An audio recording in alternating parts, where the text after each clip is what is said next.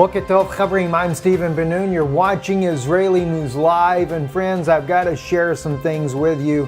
It's kind of ironic this morning. I've been working all morning on USS John McCain, the ship there that was struck by the Chinese freighter, as well as looking back at the Fitzgerald, the different ships that have run into problems. Of course, CNN claimed that there were 4 ships.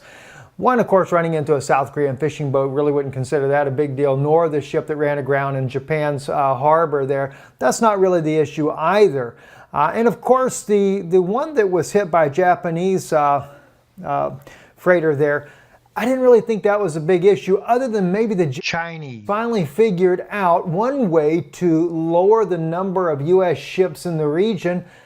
Well, could be that of a collision. And as you can see pictured on your screen right here, this here is the USS John McCain, where it's been hit by the Chinese freighter. And of course, the Chinese may very well have a good reason to do that. As we see here, Fox News Navy says cyber sabotage played no role in the USS John McCain incident. I don't believe that for a moment. And as I was putting this all together, I did one last run over to Twitter again. And as I did, I saw that Brother Paul Begley there had put out a video as well on his Twitter page here. I want to share this with you here, where he talks about the same thing. Now, he's actually speaking about as it being a possible cyber attack. Well, I can't get that on there. Sorry, because we've got some kind of radio broadcast running on one of these websites here that I can't figure out where it's at, so I can't really show you anything that Brother Paul says on here. But Paul is actually talking about the possible EMP attack that was done on the USS John McCain. I agree with him. It more than likely was done. It's the reason why the navigation of the ship was hindered. We know that Russia has that type technology as well, to be able to put the ship dead in the waters there. They may have shared this technology with China, and nonetheless, the ship got rammed. Very odd situation. And of course, as I said already, we were looking at other articles here from the New York Times. Two officers of the Navy ship in deadly collision off Japan are relieved of their duties. This again was the Fitzgerald when it was hit a couple of months back there. And of course, we see the path of this, as you can see on your screen. Maybe it's not that easy to see. Let me see if I can blow that up for you a little bit. You're looking at Japan, though. This is off Japan, where the ship sailed. After the ship was struck right here in this area here, the ship that struck it drove on for about a half hour, then circled back, came back before continuing on his journey to Tokyo. That being said, again, I don't believe that the Japanese would do something like this intentional, but yet maybe the Chinese realize, hey, this is a way to slowly but surely eliminate some of the U.S. warships in the region there. And you might say, well, why would China want to do something like that in the first place? Well, guess what? U.S. hits Russian Chinese entities with sanction over aid to North Korea. So the war of words and the war of real war in this region of the world is starting to build up. In fact, Paul Begley mentions Afghanistan after, remember, General Mattis actually spoke about that he was going to advise the military leaders to carry out the war plans of President Donald Trump. I don't think President Trump so much has war plans, but in that first statement that was released by General Mattis, who is the Secretary of Defense there, he also had stated, he mentions Afghanistan, but he also mentions the East being North Korea. But they played more about Afghanistan now, as this article right here on Defense One, Mattis Afghanistan War Plan, be patient, convince everyone. They're talking about their NATO partners being willing to go with them at this war here.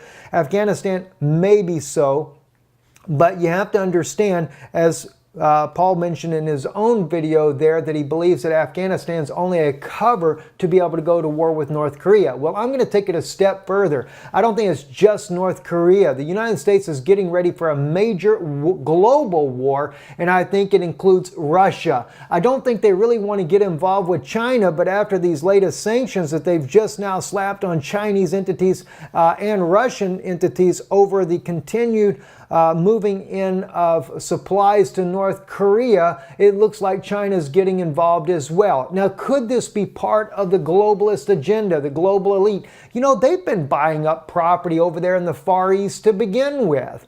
Sounds like to me they've got an alternative plan of their own. And it seems like China may be the place to be in the New World Order, as it were. And they're only provoking these two countries to retaliate against the United States so that they can break the backbone of democracy and break the resolve of nationalism and destroy not only the United States, but as well, probably more so, to target Russia, to destroy the nationalism Russia, so that this New World Order can once again begin. And as we saw in the case of the former Soviet Union, the Vatican used the Jesuit trains Stalin and that of Lenin to be able to crush the Eastern European beliefs. So this is something that we've been watching. We did this here also this Saturday on DirecTV channel 367. If you watch us there, you definitely want to tune into that show there. We talk about how they're annihilating history in trying to stop the people from being able to see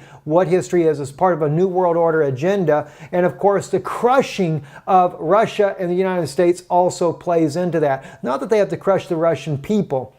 That was done under communism pretty much, and only since Putin has become president, he's never really revived freedoms, so there's not really that much freedom in Russia either. But China is certainly a role model of being able to crush every religion whatsoever that they don't want in this world today. And so the destroying of the churches that we're seeing globally, the destruction of mosques even that are being done by ISIS around the Middle East there, these are all plans of a New World Order so they can come about with one world religion and a one world government that would actually run all of this. Now, as we mentioned also, there's other things that are going on. The U.S. commander warns Russia and Syria against operations near U.S. position, threatened to shoot down Russian and Syrian planes inside of Syria.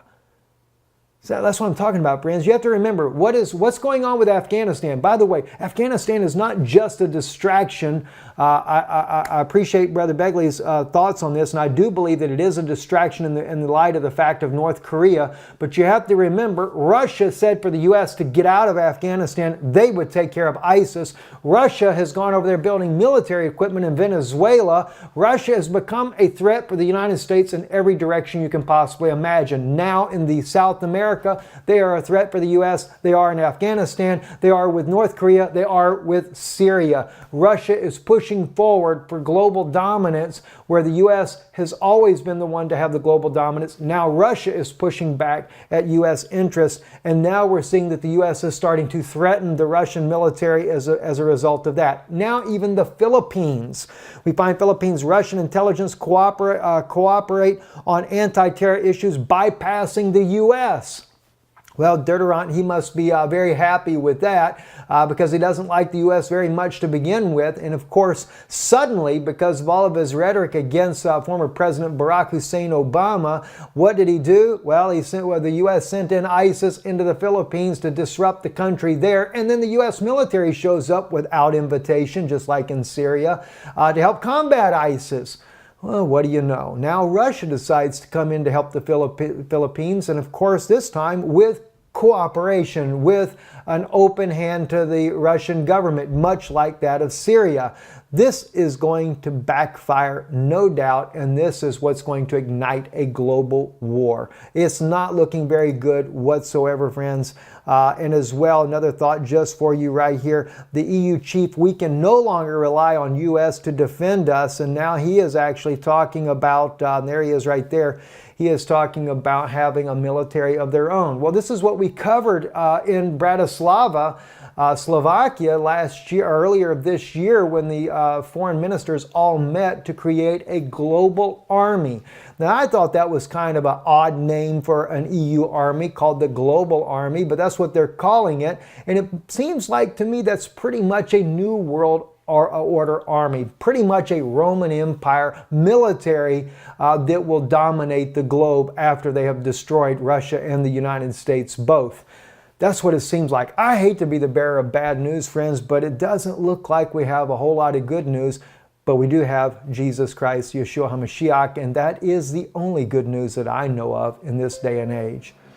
Anyway, shalom in a world of Ein Shalom. Peace in a world where there is no peace. I'm Stephen Burnett with Israeli News Live. Shalom.